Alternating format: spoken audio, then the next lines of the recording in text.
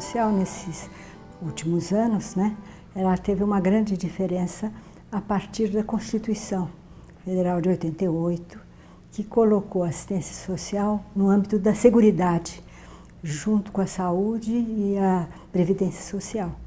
Então, a partir da Constituição, que depois veio fazer nascer a Política Nacional da Assistência Social e depois o Sistema Único, né? Então, que foi quando se deu esse start, esse início para a mudança. Então, a partir daí, a partir de ser considerada um direito, ela é reclamável.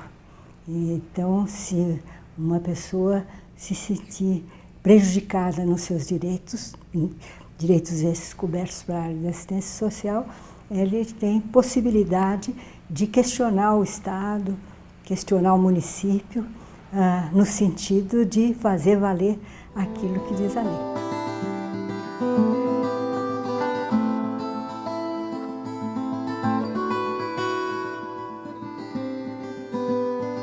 Na verdade, para execução de uma política da assistência social, há necessidade de um assessoramento por parte do Estado, técnico, político e financeiro, né? Esse assessoramento já tem tido certos avanços, né?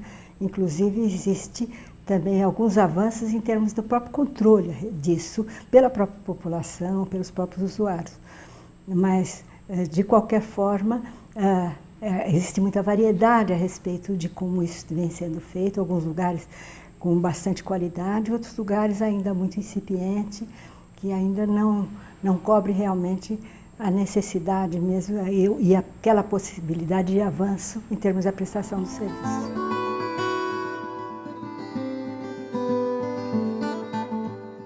Na área da assistência social, a matricialidade familiar é um princípio.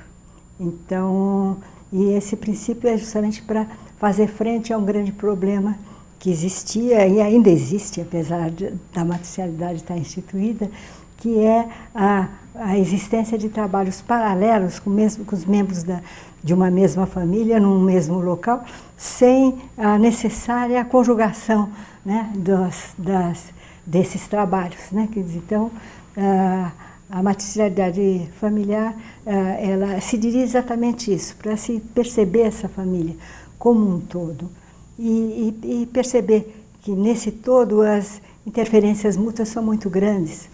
E, então, conhecendo como ele está sendo atendido nos vários serviços, é que se pode dar maior qualidade e se tem uma possibilidade maior de superar determinados tipos de problemas que aparecem no decorrer do trabalho.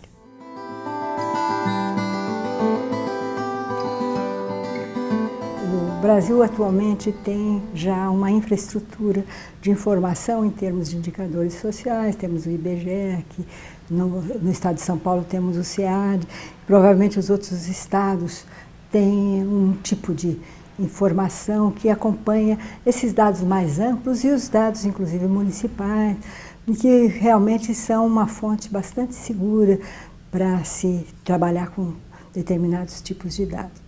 Mas, além desses dados já mais conhecidos, existem dados coletados pelos próprios serviços, como, por exemplo, os dados relacionados à Bolsa Família, né, em que é dirigido para uma clientela específica da área da assistência social e que demandaria alguns acertos em termos de aproximação profissional da questão.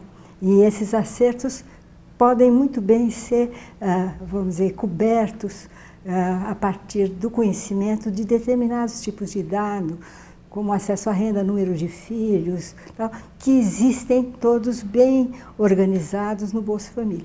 Mas, segundo informações que eu tenho, eu oriento uma tese de pós-doutorado a respeito disso, da utilização dos dados levantados pelo Bolsa Família, pelos profissionais que trabalham nessa área, me parece que ainda é muito subutilizado nessa área específica. Ele tem outros profissionais de outras áreas que têm lançado mão dos dados do Bolsa Família, mas ainda é muito precária a busca desses dados pelos profissionais que estão na ação direta do Bolsa mesmo, ou dos CRAS, que é quem realmente colhe os dados da Bolsa, né? Então, aquelas pessoas que têm que trabalhar naquele território, que o Bolsa Família vai dar justamente o retrato daquela população mais necessitada dos trabalhos dos centros dos CRAS e dos CRES, os centros de referência. Então, eu acho que nós temos uma coleta de dados eficiente, boa, né? Mas ainda não nos preparamos suficientemente para utilizar esses dados na nossa aproximação para o trabalho profissional de campo.